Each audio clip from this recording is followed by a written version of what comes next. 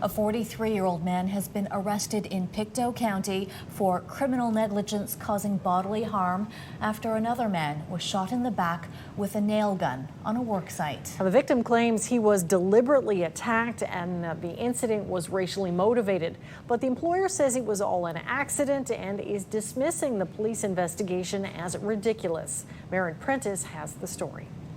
This is a private road, you guys. Okay, we'll go.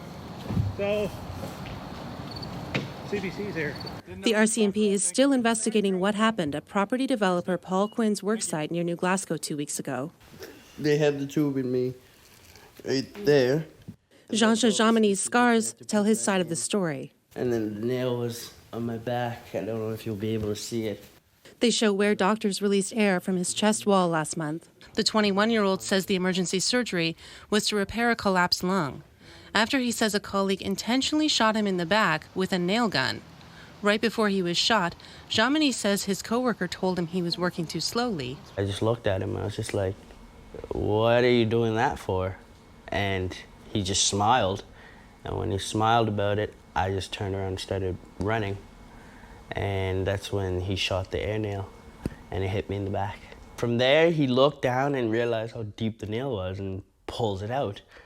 Dlamini says his coworker threw the nail away and told the crew and Quinn that the nail accidentally ricocheted and just nicked him. Dlamini says because he was struggling to breathe and talk, he didn't tell anyone what happened. He says the owner drove him home rather than to the hospital.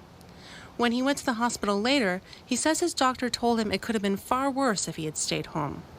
Dlamini says during his 3 weeks on the job site, the shooter bullied him, threw nails at him, hammered his booted foot, and stapled his coat to a staircase.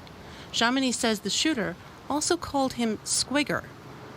And I just thought, what the heck, until my buddy actually showed me the real underneath meaning. I was just like, wow, I've been letting them literally call me the N-word.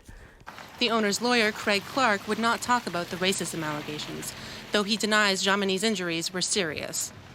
My understanding is that it was literally, even after she took him to the hospital that night, that it was literally treated with a Band-Aid. Like, so, you know, then I'm kind of saying, well, you know, are we talking about like if you had to report an injury every time somebody got a Band-Aid? However, Dlamini's mother told CBC that she called the owner from the hospital to say her son was in surgery. The lawyer also says the shooting was an accident. So, if you report anything, we're going to sue you. Clark says the owner prepared an incident report that included statements from employees, but Dlamini says they never spoke to him. I just really hope that we get the true answers of why he decided to turn around and point the gun at me and pull the trigger back and pull the safety back and pull the trigger. Like, did he hate me that much, really? Maren Prentice, CBC News, Pictou.